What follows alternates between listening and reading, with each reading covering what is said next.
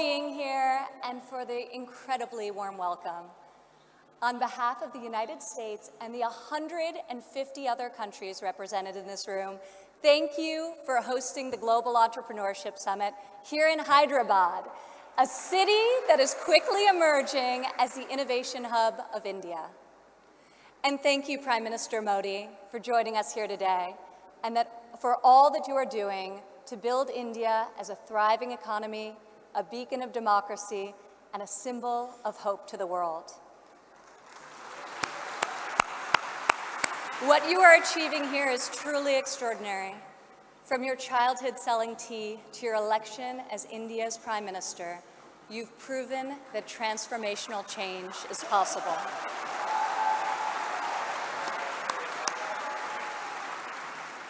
And now you are bringing that promise to hundreds of millions of people across your country. Thank you. To the people of India, I want to congratulate you as you celebrate the 70th anniversary of your independence. You are celebrating it as the world's largest democracies and one of the fastest growing economies on earth.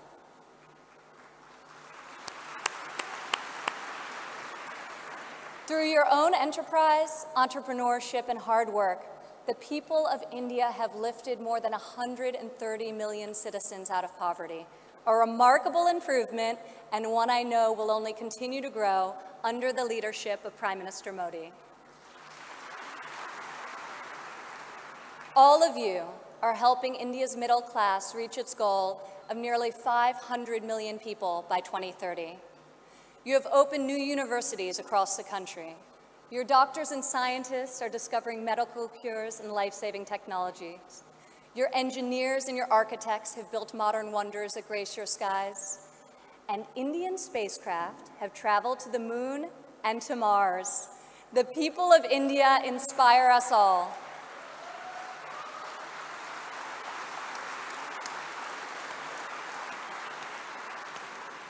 This is the first time India has hosted the Global Entrepreneurship Summit.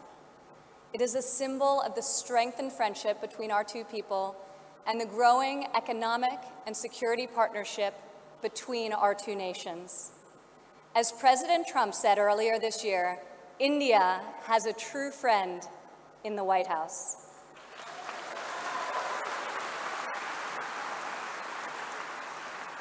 I would like to thank the State Department for co-hosting this incredible gathering. I would also like to thank Governor Narasimhan and all elected Indian officials who are here with us tonight for welcoming us to your beautiful country. Thank you.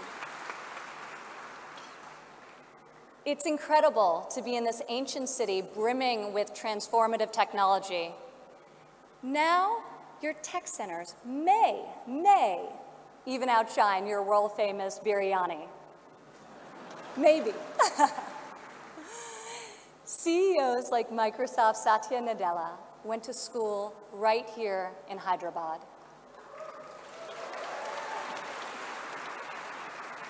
Just a few kilometers away, T-Hub's brand new facility is set to open next year and will become the largest incubator in Asia.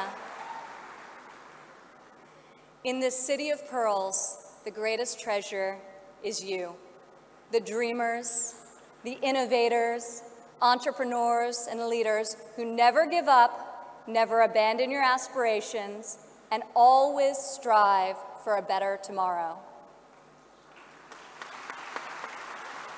Today, we come together to celebrate what is happening here in India, what is happening in the United States and all over the world. Entrepreneurs are revolutionizing our economies and improving our societies. You are rewriting the rules. You have the inspiration and drive to serve our communities through the projects you start and the businesses you build. You have the grit, the perseverance, and the will to succeed. Each of you started with an idea. You've worked long days and nights to code the next robot, create the next app, find the next cure, and discover the next breakthrough to improve the lives of millions of people. Some may have tried to convince you that the risks are too great, the rewards too small. But you are here today because you are not afraid to fail.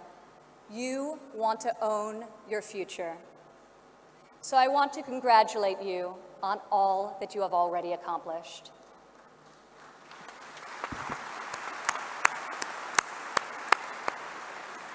And I especially want to congratulate the women entrepreneurs here with us today.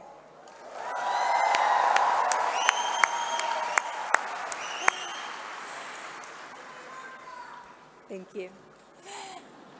This year's summit is focused on a theme that is key to our future: women first, prosperity for all. I'm proud to say that for the first time ever, women make up the majority of the 1,500 entrepreneurs selected to attend this summit. I see all of you out there. Only when women are empowered to thrive will our families, our economies, and our societies reach their fullest potential. As a former entrepreneur, employer, and executive in a male-dominated industry, I've seen firsthand that all too often, women must do more than their male counterparts to prove themselves at work, while also disproportionately caring for their families at home.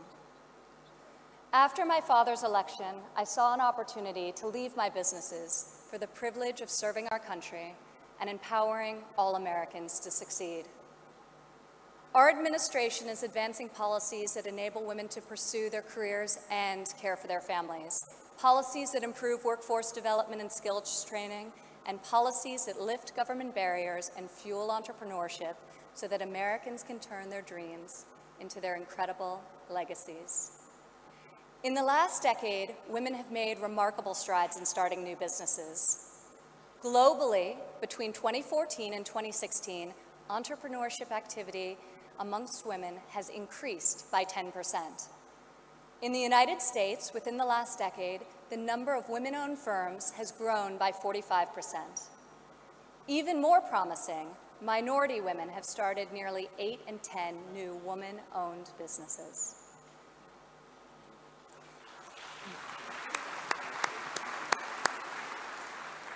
Today, more than 11 million women in the United States own businesses. They employ nearly 9 million workers and generate over $1 trillion in revenue.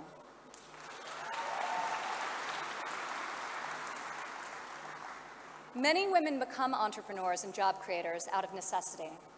Some weren't given the flexibility they needed at work to care for their families. Others lacked professional sponsors or weren't given a fair shot at a promotion. Instead, women, like the many here today, are charting their own courses and achieving incredible feats. Fueling the growth of women-led businesses isn't simply good for society, it's good for our economy. One study estimates that closing the gender entrepreneurship gap worldwide could grow our global GDP by as much as 2%. The woman in this room can lead the way in closing that gap and ushering in a new era of greater prosperity.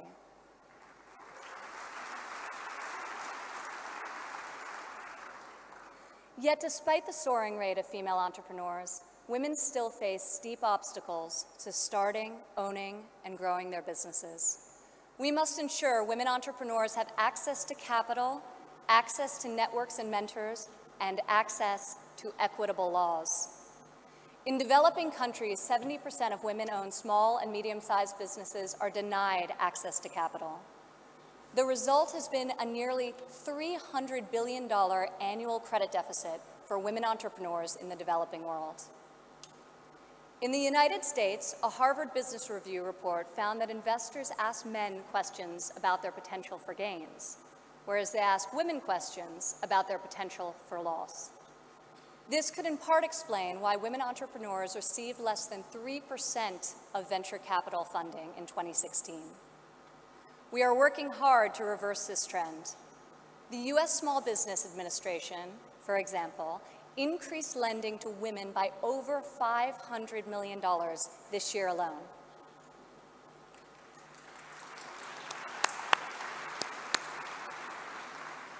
When it comes to networks and mentorship, roughly half of women in the United States say they have difficulty finding a mentor. Yet mentorship is critical to success, as each of you knows.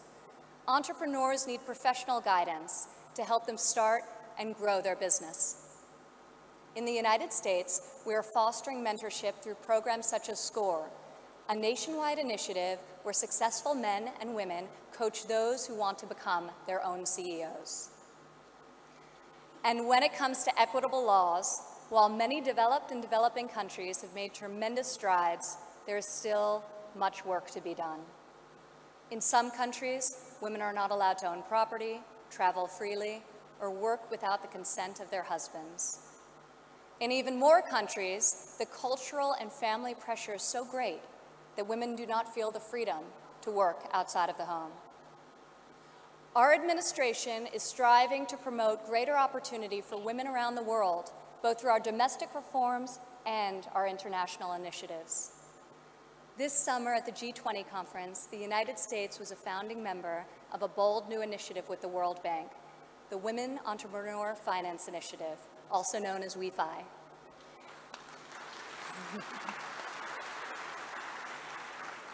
This facility provides access to capital, networks, and mentorship for women in developing countries. WEFI is the first facility to support women entrepreneurs at this scale, and we anticipate it will be able to leverage in excess of $1 billion in public and private financing. This facility also seeks to address the legal and regulatory barriers that limit opportunities for women entrepreneurs. In the last decade, USAID has promoted women's entrepreneurship through a number of programs, including providing microfinance loans to women in Afghanistan and bringing internet access to women in Nigeria and Kenya. USAID Administrator Mark Green is here with us today. Where are you, Mark? Thank you, Mark. I want to thank Mark and the entire U.S. delegation for their tireless work to improve the lives of millions, both domestically and abroad.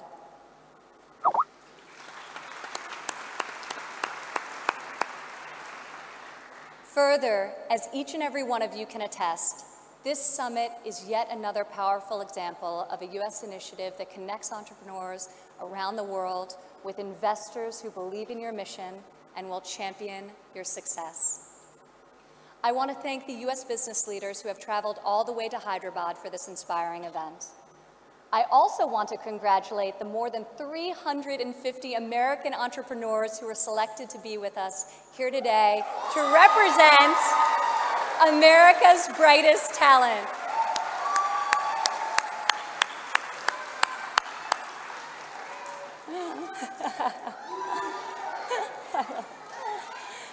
I think I found your section. Thank you. At home, our administration is committed to empowering women entrepreneurs through domestic reforms. In the past 11 months, we have expanded apprenticeship programs and prioritized STEM education to ensure that women and men have more opportunities to master the skills that drive progress in the 21st century. We have dramatically reduced job-crushing regulations, which disproportionately hurt entrepreneurs and small business owners. And we are laser-focused on passing long-overdue tax cuts. This will provide much-needed relief to working families and to businesses of all sizes. Also this year, for the first time ever, the President's budget included a proposal to establish a nationwide program for paid family leave. We are committed to supporting women and men who work both inside and outside of the home.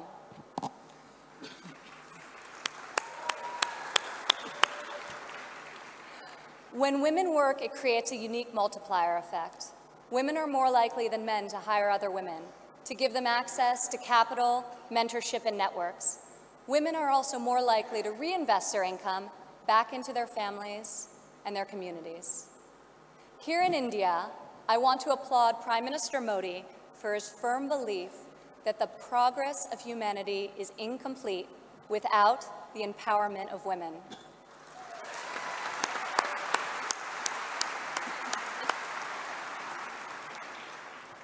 Just consider, if India closes the labor force gender gap by half, your economy could grow by over $150 billion in the next 3 years.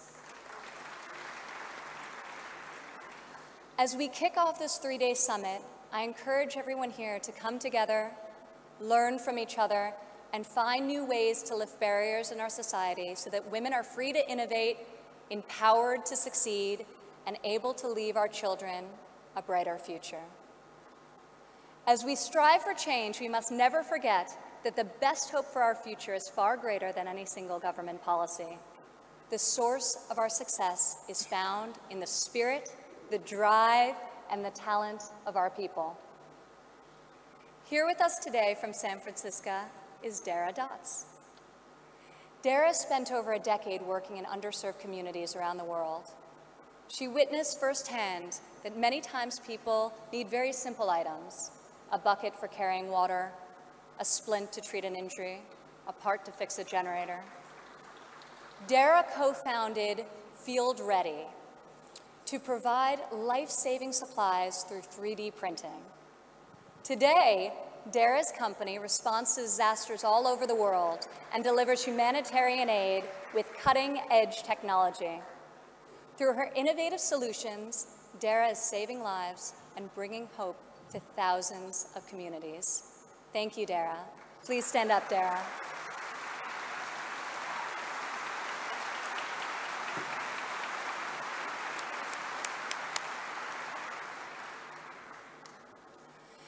Rajlakshmi Bhartakar joins us from Bangalore, India. When her son began having seizures at a young age, she decided to create her own solution to better monitor his health. Stand up.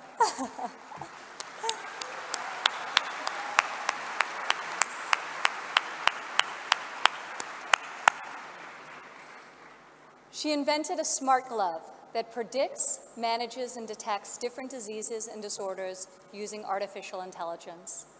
Now her company, Terra Blue, aims to make specialty healthcare accessible in even the most remote places in India. Rajlakshmi, your courage and determination is truly remarkable. Congratulations. Thank you.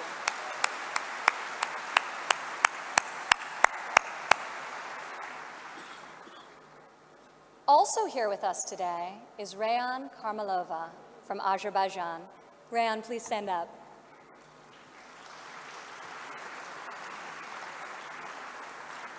You all won't believe this, but Rayan is just 15 years old.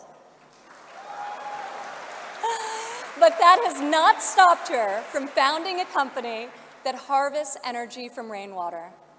Rayan has a powerful motto: light up one house at a time. Rayan, each home you light up is illuminating the world. We are inspired by your brilliance and your hard work. Thank you.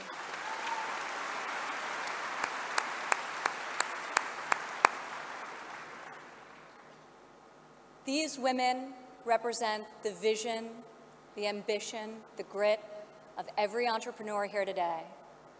You are saving lives, creating jobs, and bringing hope to our communities. You are transforming our societies one business and one customer at a time. You prove to the world that we have the power to rise above the challenges of our day and to pioneer new pathways forward and to leave our mark on this moment in history. Just think about how much better the world would be if all of us, men and women, are empowered to dream big, aim high, and work together towards a more just and prosperous future. A future where mothers and fathers can work hard to build a better life for their families, where boys and girls can go to school, discover their talents, and pursue their ambitions, and where people of all nations can live and work together in dignity and in peace. This is the future we can, will, and must build together. And this is the promise of the visionaries gathered in this room today. Thank you.